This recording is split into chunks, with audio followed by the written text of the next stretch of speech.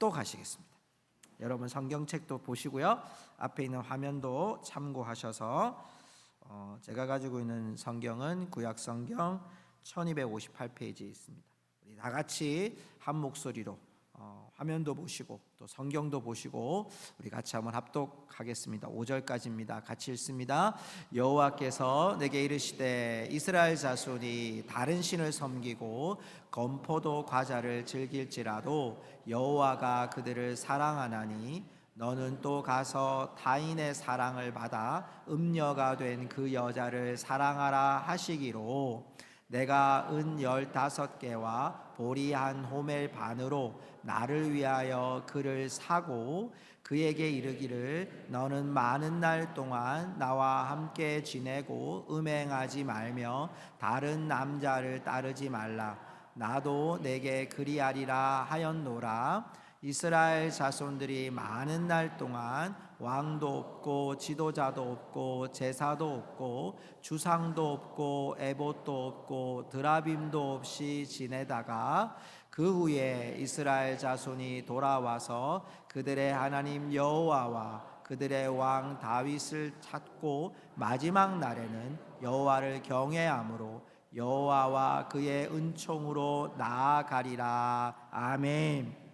자리에 앉으시기를 바랍니다. 우리 안에서 그리스도 안에서나 우리가 세상 사람들 안에서 보면 우리가 관계를 다 맺고 살아갑니다.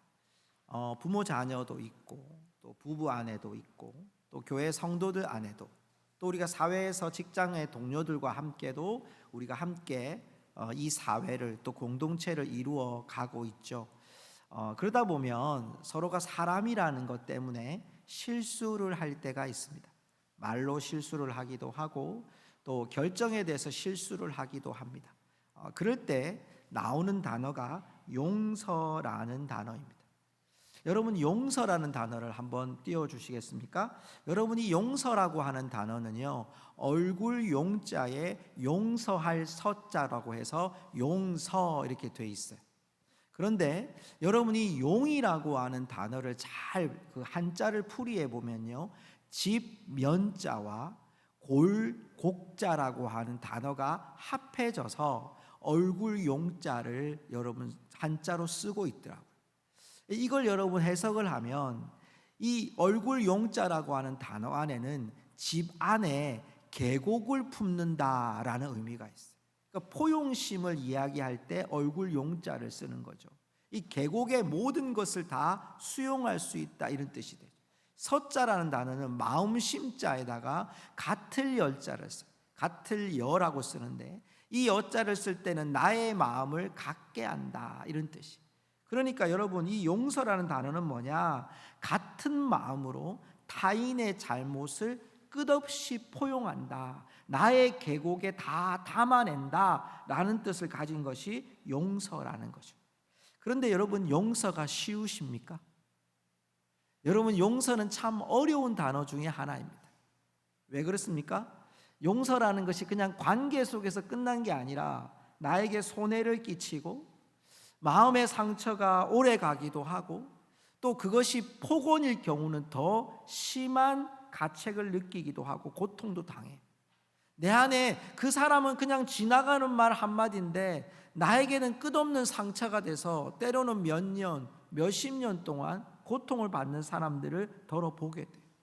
갈등과 싸움의 관계에 있기 때문에 용서란 단어가 쉽지 않다는 걸 봐요. 그래서 계속 평행선을 갖게 되는 거죠. 그런데 오늘 우리가 읽었던 이 호세아 3장의 내용을 다 품을 수 있는 한 단어가 용서라는 단어. 제가 오늘 은총이라는 단어로 말씀을 나누게 되지만 그 안에 심오한 의미의 중심은 용서라는 그 중심이 그 안에 있습니다. 왜냐하면 여러분이 호세아서의 큰 배경을 우리가 1장, 2장 말씀을 나누었지만 하나님께서 호세아라는 선지자한테 음란한 여자인 고멜과 결혼해서 음란한 아이를 낳아라. 그리고 그들이 나를 버린 것이 상징적인 의미로 그들 아이들의 이름을 로루하마다, 로암미다, 이스르엘이다 이렇게 하나님께서 이름을 지으시잖아요. 그렇게 여러분 결혼을 했던 고멜이 또 여러분 집을 나가. 여러분 어쩌면 용서가 무색한 여인 고멜을 향해서 오늘 이 3장은 하나님의 끝없는 은총을 부으시는 5구절의 메시지를 오늘 우리에게 던져주고 있습니다. 사랑하는 성도 여러분, 오늘 우리 호세아 3장을 통해서 하나님의 끝없는 그 넓으신 계곡 속에 하나님의 은총을 발견하는, 하나님의 용서를 발견하는 우리 모든 성도들 되시기를 주님의 이름으로 축복합니다. 하나님의 그 크신 사랑, 하나님의 그 무한하신 사랑이 어떻게 이 고멜에게 나타나느냐라는 거예요. 자, 우리 오늘 본문의 말씀 1절로 가보면요, 그 1절의 말씀을 우리 새번역 성경으로 한번 같이 읽어보겠습니다. 우리 새번역 성경 앞에 있는 화면을 보시고 같이 한번 읽어보겠습니다. 시작. 주님께서 나에게 또 말씀하셨다. 너는 다시 가서 다른 신들에게로 돌아가서 건포도를 넣은 빵을 좋아하더라도 나 주가 그들을 사랑하는 것처럼 너도 그 여인을 사랑하여라. 자, 여러분, 이 말씀을 그냥 보면 우리가 그 자칫 이해하기가 조금 어려운 구절일 수도 있어요. 자, 여러분, 여기서 참 중요한 구절은 너는 다시 가서 그리고 마지막에 나오는 사랑하여라.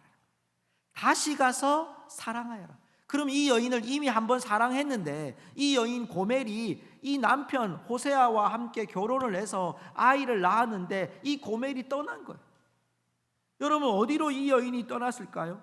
하나님의 과분한 사랑을 받고 이미 여러분 이 음란한 여인이었던 고멜을 사랑하는 여인으로 바꾸어줬던 호세아와 결혼을 했음에도 불구하고 아이를 낳았음에도 불구하고 또 떠나가 버린 거예요. 여러분, 어디로 떠나갑니까? 여러분, 거기에 나오는 건포도를 넣은 빵을 좋아하더라도 라고 하는 이 건포도 과자는요, 오늘 본문에는 건포도 과자라고 되어 있는데 이 건포도 빵은요, 우리가 먹는 건포도 빵이나 케이크나 이런 걸 의미하는 게 맞아요. 여러분이 우리 주위에 있는 빵집들에 가면 먹는 빵들을 의미하는 거예요. 근데 문제는 우리가 여러분 뭐 먹는다고 해서 죄가 되는 게 아니에요. 건포도 빵 먹는다고 죄가 됐다는 얘기가 아니라 그 뒤에 나오는 좋아하더라도 이렇게 나오죠. 오늘 본문의 말씀으로 보면 3장 말씀 3장 1절 말씀에 보면 건포도 과자를 즐길지라도 하는데 그 앞에 구절에 뭐라고 돼 있냐면 다른 신을 섬기고 이렇게 돼 있어요. 그러니까 어디서 먹었다는 얘기냐면 다른 신들 앞에 예배를 드리고 우상 숭배하는 데서 건포도 빵을 먹었다는 거예요. 그것을 무엇을 얘기합니까? 우상 숭배를 얘기해요. 이 여인은, 이 고멜은 지금 가정을 팽개치고 자신의 쾌락을 위해서, 여러분 여기에 나오는 다른 신은 무엇을 의미하냐 하면, 여러분 저 안에 있는 신들은 여러분 우리가 그냥 보통 자신의 그냥 안녕과 영광을 위해서 그런 있는 신이 아니에요. 여기 신은 자기의 쾌락을 위한 음란의 신이에요. 그 신에게 바쳐서 그곳에서 건포도 과자를 먹고 즐기는 이 여인의 모습은 하나님을 버린 북이스라엘의 모습이고 우상 숭배하는 북이스라엘의 모습을 하나님이 말씀하고 있는 거예요. 그런데 오늘 말씀 속에서 호세아에게 하나님의 명령은 무엇입니까? 그 여자를 다시 사랑하라는 거예요. 우리의 삶의 은근히 관계 속에서 우리는 자물쇠를 걸고 있는 관계들이 종종 있습니다. 소유의 문제 때문에, 불신의 문제 때문에, 부정의 문제 때문에, 또 틀어진 관계들 때문에 우리는 사랑할 수 없다고 자물쇠를 걸어요. 다시는 사랑할 수 없다고 자물쇠를 걸어요. 어쩌면 이 고멜처럼 북이스라엘처럼 하나님 앞에서 우상 숭배를 일삼는 이들에 대하여 어떻게 용서하냐고, 가족을 버리고 남편을 버리고 자녀를 버린 사람을 어떻게 내가 용서할 수 있냐고, 여러분 그렇게 말할 수 있는 자가 바로 여러분 호세아예요. 당연한 거예요. 남편으로서 여러분 최선을 다했지만 음란한 여인을 데리고 와서 결혼하고 아이를 낳고 행복한 삶을 꿈꿨는데 여러분 부인이 도망가 버리는 거예요. 그리고 자기의 쾌락에 옛날에 했던 행동처럼 또 돌아가서 그 행동을 하고 있는 이것을 보는 호세아의 심정이 어떠하겠습니까? 그런데 하나님이 뭐라고 말씀합니까? 그 여인을, 그 여자를 다시 사랑하라는 거예요.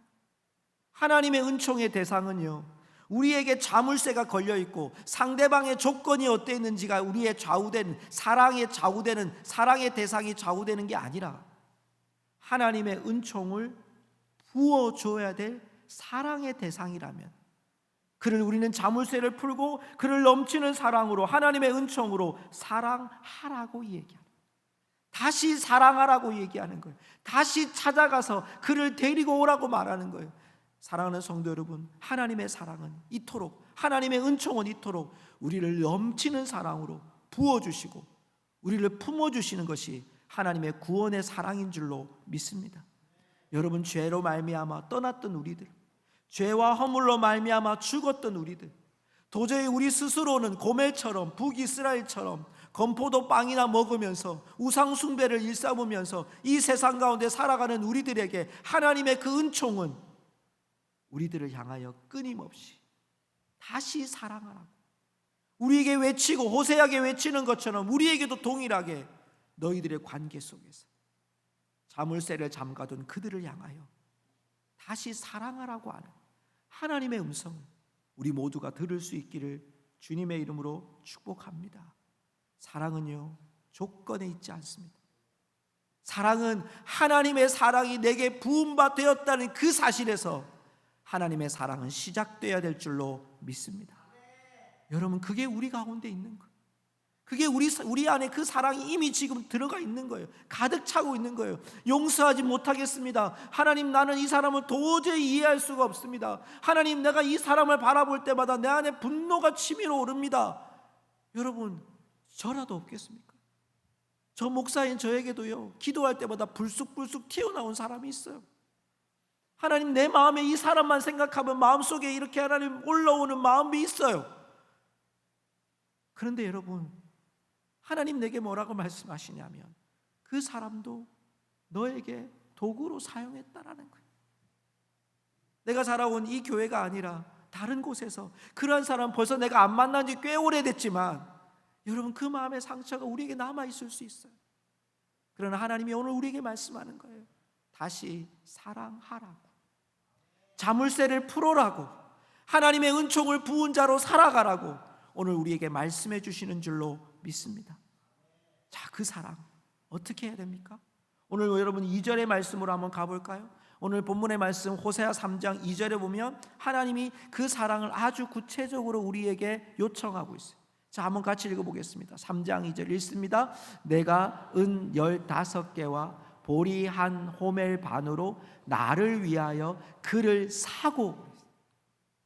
자, 여기서 중요한 단어는 그를 사고. 누구를 살까요? 네, 호세아 자기 부인을 돈을 주고 사오라는 거예요. 대가를 지불하라는 거예요. 여러분, 돈을 지불했다는 의미는 뭐냐면 이 여인이 이미 다른 사람의 여종으로 갔다는 사실이에요. 노예로 갔다는 사실이에요. 돈을 줘야 살 수 있는 여인이 됐다는 거예요. 자유한 여인을 왜 그냥 못 데리고 옵니까? 지금 여러분 여기에 있는 은 15개와 보리 한 호멜반은 한 사람의 노예를 데리고 올 수 있을 만큼의 가치예요. 그러니까 이 여인이 지금 다른 데 가서 몸종이 되어 있고 다른 데 가서 몸 파는 여인이 되어 있는 거예요. 여러분, 그걸 바라보는 호세아 남편이 얼마나 안타깝겠어요. 그런데 하나님의 말씀이 뭐냐? 사서 데리고 와라. 대가를 지불해서 데리고 오라는 거예요. 돈을 주고 데리고 오라는 거예요. 여러분, 여기서 하나님이 우리에게 요청하시는 게 뭐냐면 자기 희생이에요. 물질을 주고 사오라는 거예요. 대가를 지불하는 거예요. 3절의 말씀을 보십시오. 오늘 이 3절의 말씀을요, 우리 메시지 성경으로 같이 한번 읽어보겠습니다. 자, 우리 같이 읽어보십시다. 시작. 나는 그녀에게 말했다. 이제부터 당신은 나와 같이 살 것이요, 몸을 파는 일, 여러 남자들과 놀아나는 일은 이제 끝이요, 당신은 나와 같이 살고 나는 당신과 같이 살 것이요. 여러분, 얼마나 지금 호세아가 아내를 사랑하는지 당부 또 당부를 해요. 다 이러잖아요. 다시는 가면 안 됩니다. 다시는 다른 남자들과 놀아나면 안 됩니다. 나와 함께 살아야 됩니다. 나와 같이 살아야 됩니다. 나는 당신과 같이 살 겁니다. 여러분, 3번이나 사랑을 고백하잖아요. 나와 같이 살 겁니다. 나와 같이 살 겁니다. 나는 당신과 같이 영원히 살 겁니다. 이게 오늘 본문의 말씀 3절 얘기 아닙니까? 사랑하는 성도 여러분, 그렇습니다. 여러분 이제 자기 희생을 통해서 데리고 온 이 여인에 대해서 지금 다 이르고 있어요. 다른 남자에게 가는 것은 악한 행위입니다. 이제 그만하고 과거의 행위들 이제 그만하고 내게로 이제 오십시오. 나는 당신을 이제 돈을 주고라도 사서 와서 내 대가를 지불해서라도 내 희생을 지불해서라도 당신과 영원히 살게 했습니다. 제가 이 성경, 새번역 성경과 쉬운 성경과 현대인 성경을 보니까요, 당신을 기다리겠고 기다리겠소 이렇게 되어 있습니다. 당신을 기다리겠다는 표현을 써요. 또 여러분 우리말 성경과 메시지 성경에 보니까 영원히 함께 할 것입니다, 함께 같이 살 것입니다 라고 얘기해요. 이 말은 뭐죠? 내가 당신의 회복을 기다리겠다. 내가 당신이 돌아와서 당신이 나한테 돌아와서 이제 몸이 회복되고 마음이 회복될 때까지 내가 당신과 함께 영원히 함께 있을 거고 당신이 이제 그 사랑을 함께 나눌 때까지 내가 당신을 이제 기다려 주겠소라. 얼마나 깊은 사랑인지를 보여주잖아요. 여러분 이것은 하나님의 은총이 우리에게 어떻게 주어졌는지를 잘 보여주는 한 장면. 여러분 하나님은 우리 한 사람을 살려내시기 위해서 어떤 대가를 지불하셨습니까? 예수 그리스도의 생명의 대가를, 자기에게 하나밖에 없는 아들의 대가를 주시고 우리를 살려내시고 하나님의 자녀가 되게 하신 줄로 믿습니다. 예수님의 희생의 대가가 바로 지금 우리가 여기에 서 있는 모습이라. 우리 옆에 분에게 이렇게 한번 고백할까요? 예수님 때문에 나와 당신이 여기에 있습니다. 시작. 예수님 때문에 나와 당신이 여기에 있습니다. 아멘. 여러분 우리는 예수님의 이름을 빼면요 여기 있을 사람도 아니고 여기 있어야 될 가치도 없고요, 우리는 이 세상에 여러분 그냥 몸뚱아리 하나 왔다가 가는 인생일 밖에 없어요. 그런데 예수님이라는 이름 때문에, 예수님의 이름이 우리 안에 거하시고 예수님을 영접한 우리 모두는 여러분 예수 이름 때문에 죄사함을 받았고 예수 이름 때문에 영생을 얻었고 예수 이름 때문에 주님을 다시 만날 부활의 증인들로 살아가고 있는 줄로 믿습니다. 여러분 그것이 우리가 안에 있는 주님이 우리에게 대가를 지불해 주신 사랑, 그게 하나님의 은총이에요. 고멜에게, 북이스라엘에게 호세아가 전하는 이 메시지는 너무나도 삶을 충동질하지 않습니까? 우리에게 아내를 통해서 다시 사랑하고 다시 내가 기다리겠다고, 내가 대가를 지불하겠노라고, 그것이 예수님의 희생이었고 예수님이 우리 가운데 소망이었다고. 하나님은 우리를 보고 지금 어떻게 하실까요? 만약에 여러분 우리가 죄를 지은 것을요 횟수로 헤아려 가지고 1000번의 어떤 처벌, 10,000번의 어떤 처벌 이러면 우리 어떻게 될까요? 살아남을 사람이 아무도 없을 겁니다. 근데 하나님이 우리를요 예수 그리스도의 십자가의 은혜로 구원해 주시고 난 후에 우리에게 여러분 예수님이 다시 오실 때까지 우리에게 생명이 있는 한 기회를 주셨어요. 언제라도 주님 앞에 돌아오기만 하면, 언제로 하나님 앞에 돌아오기만 하면 하나님은 우리를 그 품으로 안으시고 품으시고 우리를 영원한 나라로 인도하시는 그 길에 우리와 동행하시겠다고 약속하셨던 하나님의 약속의 말씀이 우리 가운데 있는 거예요. 하나님은 우리에게 기회를 주신 거예요. 삶의 회복이 더딘 사람이 있어요. 믿음에 더딘 사람이 있어요. 우리는 빨리 좀 여러분 KTX처럼 빨리빨리 믿음이 좀 자랐으면 좋겠는데 그렇지 않은 사람이 있어요. 그런데 여러분 하나님은요 우리를 기다리고 있고요, 우리 옆에 있는 성도님을 기다리고, 하나님 믿지 않은 우리 남편과 아이들과 자녀들과 부모 형제와 하나님 우리의 그런 이웃들을 기다리는 거예요. 기회를 주시고 기다리고 있는 거예요. 사랑하는 성도 여러분, 그 속에 하나님이 우리의 대가를 지불하기를 원하시는 하나님의 음성도 있다는 거예요. 오늘 저와 여러분의 삶 속에, 여러분 주님의 그 음성 속에 우리도 예수 그리스도의 십자가의 은혜처럼 자기 희생을 통해 여러분 영혼을 구원하는 일에 힘쓸 수 있는 우리 모든 성도들 되시기를 주님의 이름으로 축복합니다. 그러면서 여러분 주님께서요 하나님의 마지막 은총이 영원함인 것을 오늘 4절과 5절에서 우리에게 선포해요. 갑자기 오늘 본문이 4절에 이렇게 시작이 돼요. 4절 한번 보십시오. 이스라엘 자손들이 많은 날 동안 왕도 없고 지도자도 없고 제사도 없고 주상도 없고 에봇도 없고 드라빔도 없이 지내다가 갑자기 뜬금없이 고멜 얘기하다가 북이스라엘 하다가 이스라엘 자손들이 이렇게 나와요. 자, 여러분, 여기에 굉장히 중요한 단어의 의미가 포함되어 있어요. 여러분, 성경 말씀 3장 1절에 가면요, 이스라엘 자손이 다른 신을 섬기고 이렇게 돼 있어요. 그죠? 그리고 여러분 4절에도 이스라엘 자손들이 이렇게 돼 있고요. 5절에도요. 그 후에 이스라엘 자손이 이렇게 돼 있어요. 여러분, 뭐가 다를까요?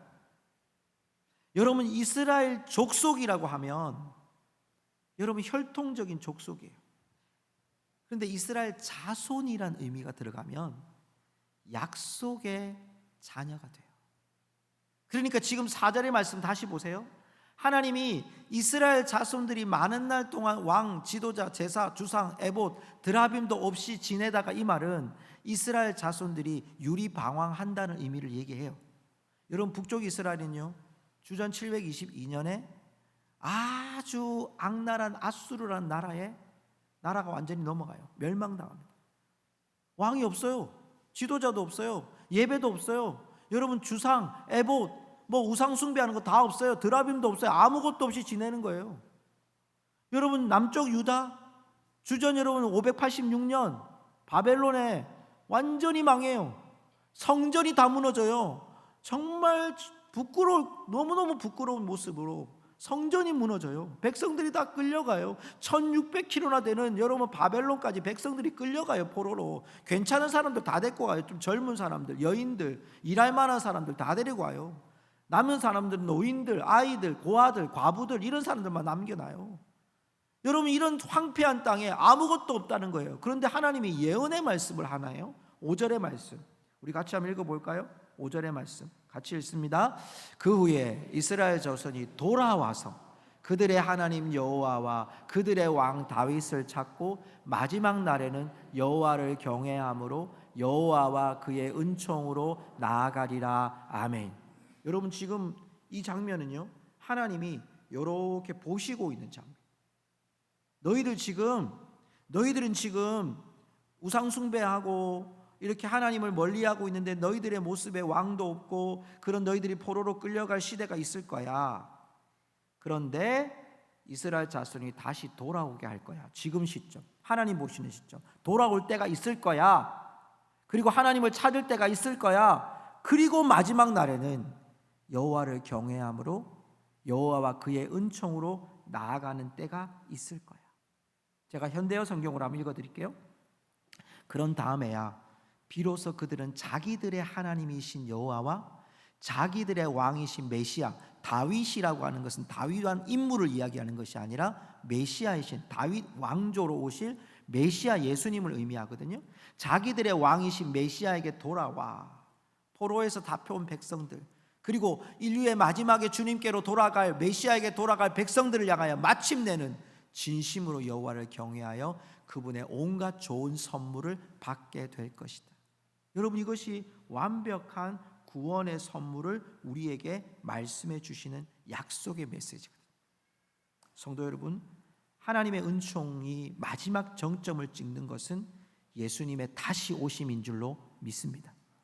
여러분, 그때까지 우리가 이때 얼마나 많은 일들이 일어났나요? 왕도 없고 주상도 없고 제사도 없고 이런 일들이 일어나지만 하나님이 다시 돌이켜서 하나님의 은총으로 다시 돌이켜서 이 백성들을 다시 살릴 거고 이 백성들을 다시 일으킬 거고 이 백성들을 다시 마지막 날에 구원의 백성으로 하나님이 삼아 주실 거라고 말씀하시는 하나님의 음성이 이 속에 있다는 것입니다. 사람은 여러분 한계를 만납니다. 그런데 하나님은 한계가 없습니다. 우리가 여러분 사랑하는 것은 사랑의 대상이 한계가 있어요. 어떤 사람한테는 자물쇠를 풀어놓고 어떤 사람한테는 자물쇠를 꽉 잠궈놓고 수십 년 동안 풀지 않은 것도 있고, 그런데 어떤 사람은 여러분 어떤 마음이 그냥 동하면 마음이 풀려서 여러분 다 내어줄 수도 있어요. 그런데 중요한 건 여러분, 우리가 잊지 말아야 될 것은 하나님의 사랑은요 영원하고 하나님의 사랑은 마지막 날 그때까지 그 사랑이 변치 않고 우리 가운데 거하시는 줄로 믿습니다. 여러분, 우리가 잘 아는 단어 중에 하나가 샬롬이라는 단어입니다. 우리 한번 따라해 보십시다. 샬롬. 예, 경상도 사람들은 이 샬롬이 다 안 돼가지고 살롬 이렇게 얘기하더라고요. 근데 여러분, 샬롬이라는 뜻은요, 평강이라는 뜻이에요. 근데 여러분, 이 유대인들이 인사를 할 때 이 샬롬은 유대인들에게는 처절한 인사법이에요. 그냥 우리가 지나가시면 밥 먹었습니까? 식사하셨습니까? 이런 인사처럼 그들은 샬롬이라고 얘기해요. 왜 그랬냐면 이들은 국가적으로 늘 고난을 당하고 어려움을 당하니까 만날 때마다 살아 있습니까? 샬롬, 하나님의 평강이 있습니까? 이렇게 물어보고. 여러분, 초대교회 와서는요, 매일 순교의 제물이 되는 이들이요, 오늘은 만났는데 내일은 사람이 죽어가는 거예요. 오늘은 만났는데 내일은 순교자가 되어 있는 거예요. 여러분, 이런 시대 속에서 오늘을 만날 때마다 샬롬, 샬롬, 하나님의 평강이 당신에게 임하기 원합니다 라고 고백한 거예요. 사랑하는 성도 여러분, 하나님의 은총은요, 우리에게 언제든지 샬롬이 되는 줄로 믿습니다. 우리가 떠나 있었지만 주님, 우리는 예수님을 말미암아 불러주셨잖아요.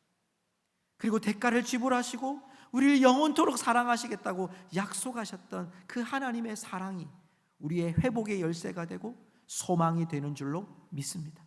오늘 저와 여러분의 삶 속에 그 하나님의 평강이, 샬롬의 은혜가 임할 수 있기를 주님의 이름으로 축복합니다. 제가 오늘 함께 여러분과 나누고 싶은 찬양이 바로 샬롬이라는 찬양입니다. 여러분, 잘 모르시면 계속 샬롬 하시면 됩니다. 우리 이 시간 한번 주님을 찬양하기 원하는데요, 샬롬 샬롬 하면서